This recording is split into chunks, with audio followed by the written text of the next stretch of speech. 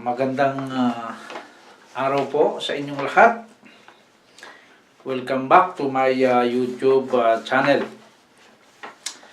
Since sunod-sunod ang mga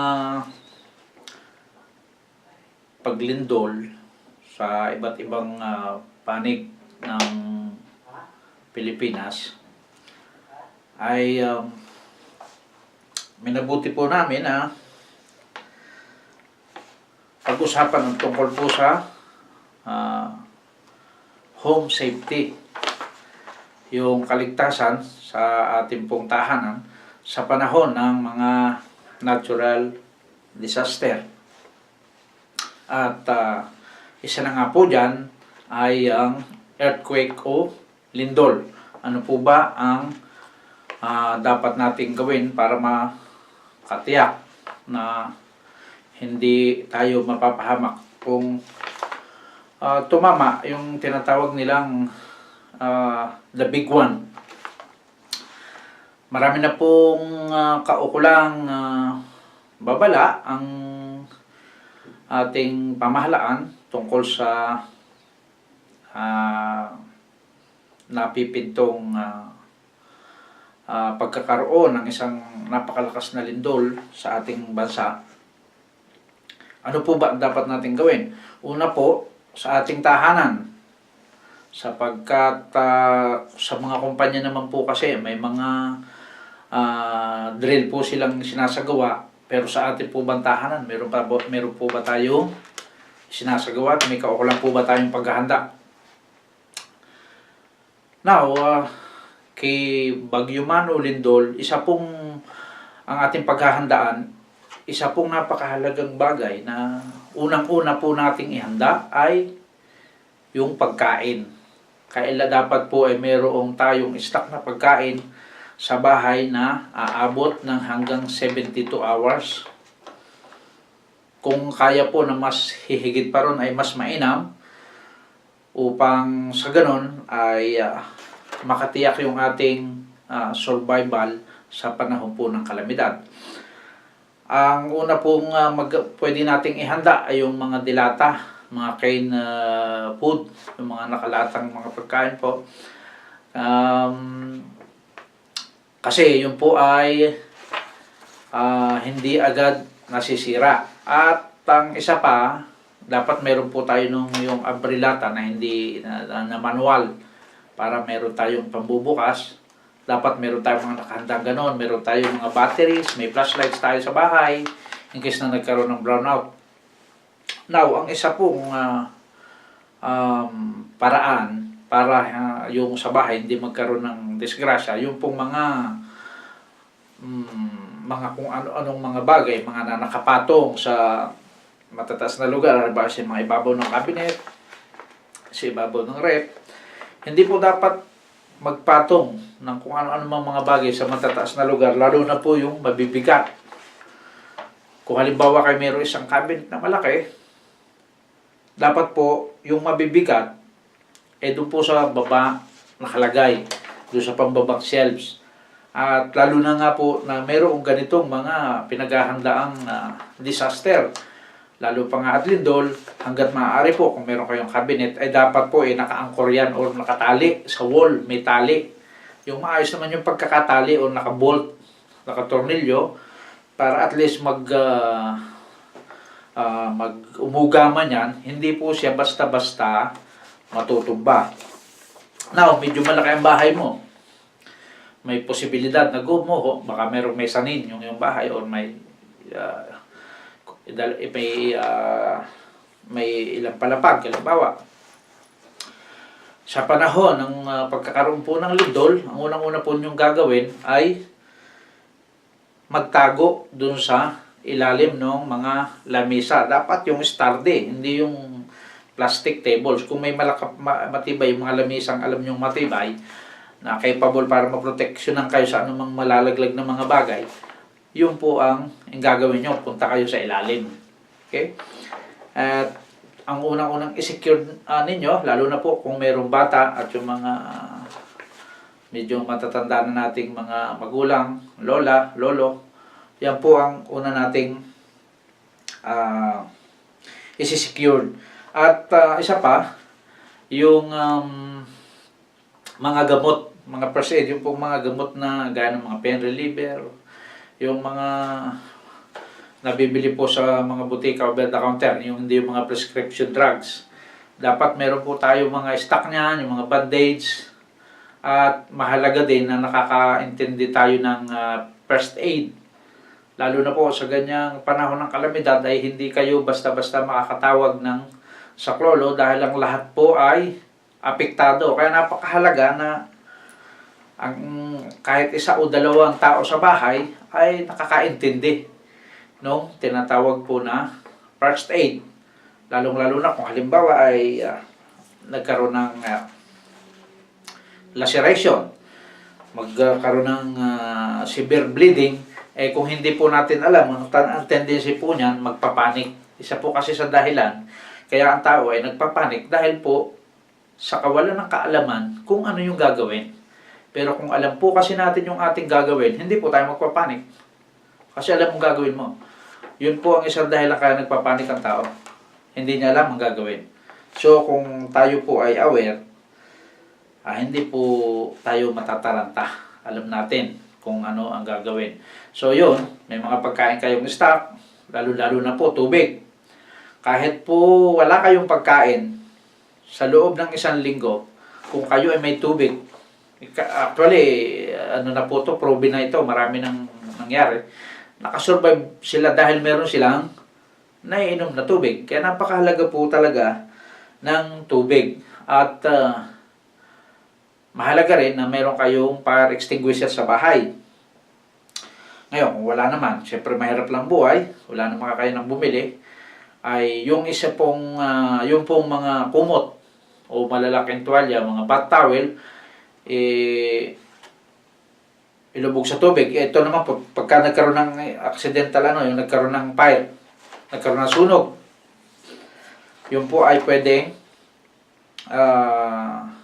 pang-extinguish po ng apoy.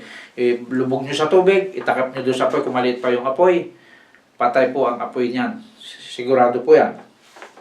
Tapos ang isa pa, yung mga nakasabit po natin, like yung mga kwadro, may mga pictures, kung ano-ano pang display, tapos medyo mabigat, delikado po yan, lalo pag nalaglag at tamaan mga bata.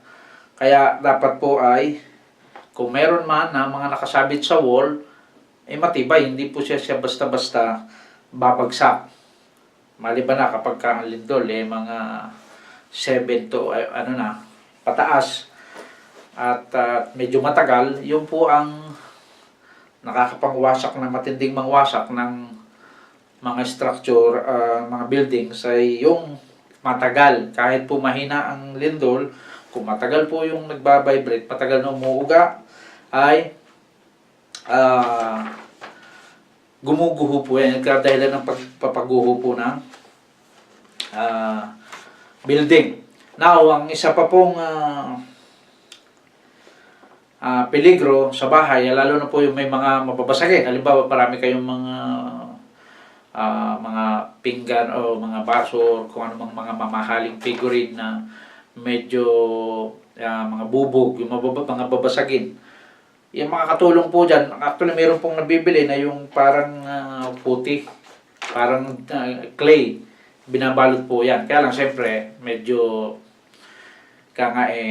kung wala kang pambili, meron pong isa na mas matipid, yung pong mga gaya po electrical tape or rubber tape na ipupulupot nyo dyan para damihan nyo, para hindi siya basta-basta mabasag. At kung mabasag, hindi siya mag-scattered kasi dahil po sa mayroon pong plastic.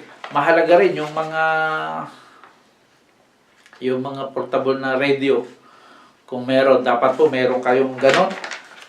Dahil una, kita nyo naman sa mga nakaraan, ang mga disaster sa atin, grabe. Hindi agad makasiresponde. Napakahalaga nung meron kang ilaw, meron kang iinumin. Kaya mahalaga meron po tayong stock ng mga ganyan pong bagay sa ating bahay.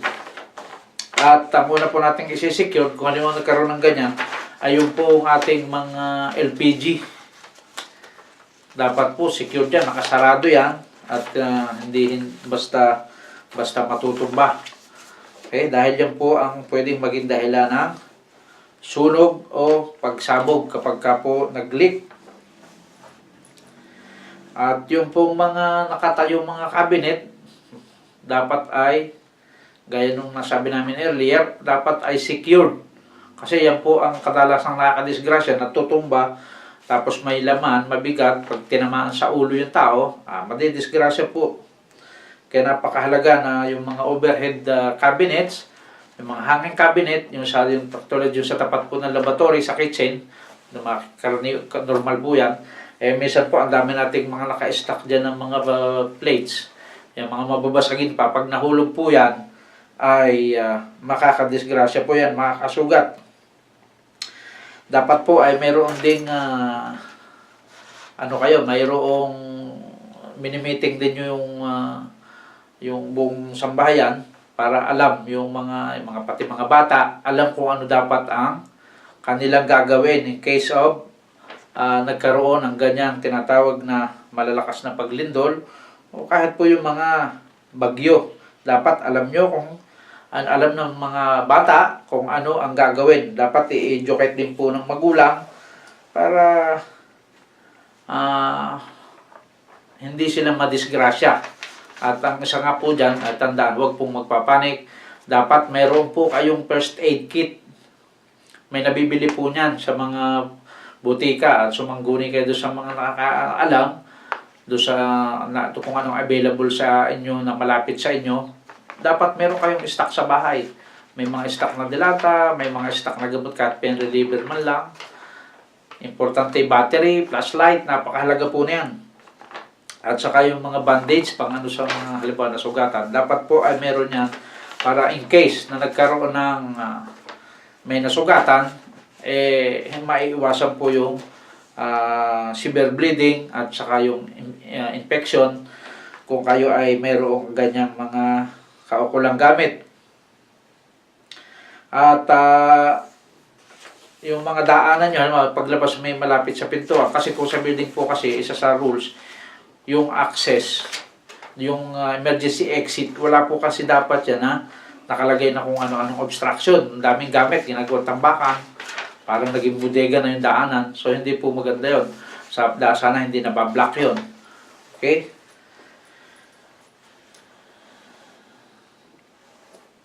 So, napakahalaga na yung ating bahay, siyempre, lagi pong malinis. Kasi, pag tumakbo ka, pwedeng yan ang maging dahilan ng pagdapa, pagkatumba mo, kung magulo yung ating pong bahay. Okay? So, yung isa pa, ang panghuli, yung pong mga main switch ng ating kuryente.